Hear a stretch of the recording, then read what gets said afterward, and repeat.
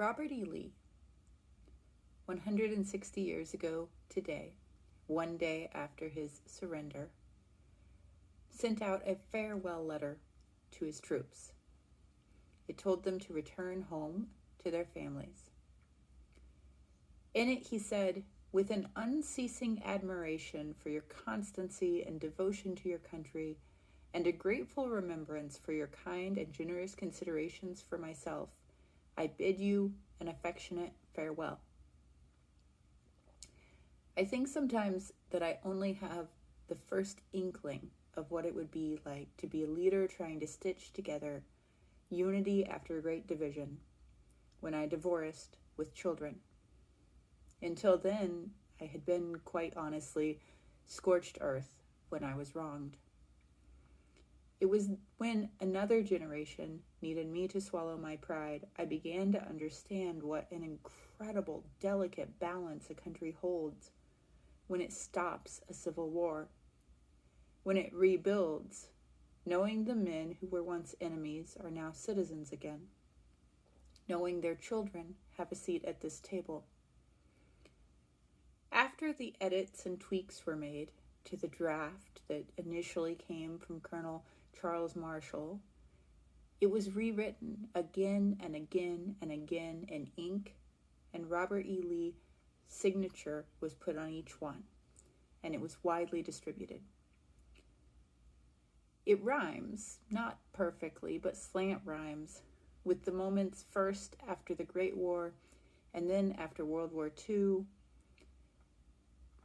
where Europe struggled to figure out what to do with returning to normal, where the United States figured out what to do about supporting Europe returning to normal.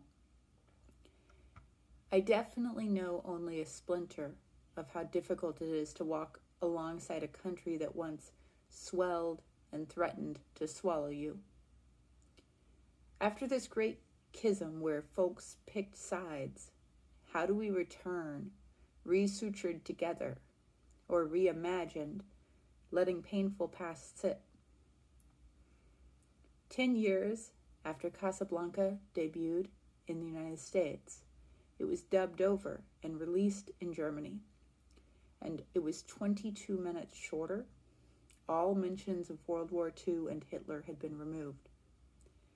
Dr. Kapczynski, a professor of German studies, is quoted saying that the choices made on that edit, quote, "There is this sense that in showing characters from the Nazi past and the figure of Hitler absolutely, there is this danger of perhaps awakening in people a desire for a period of time, a period of history, from which they are absolutely cut off. It might reawaken these lingering desires for a fascist history."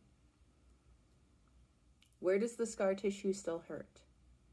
How much can the body handle and still move on, not reject the organ completely? This isn't exactly the same either, but there's a Wikipedia page for the term communist nostalgia that covers the experience of missing the USSR. In 1994, 66% of Russians felt that the Soviet Union had been the greatest time in Russian history. And it still floats there, somewhere between 49 and 75% each time it's measured. It's a bubbling unrest, a wound, an identity that was never properly compressed. But how do you staunch the bleeding of an entire national identity, especially when so much blood is on the ground? How do you move on? General Robert E. Lee wrote a farewell address. President Lincoln and others in the Union allowed a farewell address, knowing that these were tomorrow still Americans, and that generations of families were going to be traumatized by the losses of the war. We're going to be vulnerable to reawakening of lingering desires for a history of a different fork taken. There's an often repeated anecdote where Robert E. Lee told a woman, a widow of the Confederacy, when she spoke with animosity of the Union, he said, Madam, don't bring your sons to detest the United States government. Recollect that we form one country now. Abandon all these local animosities and make your sons Americans.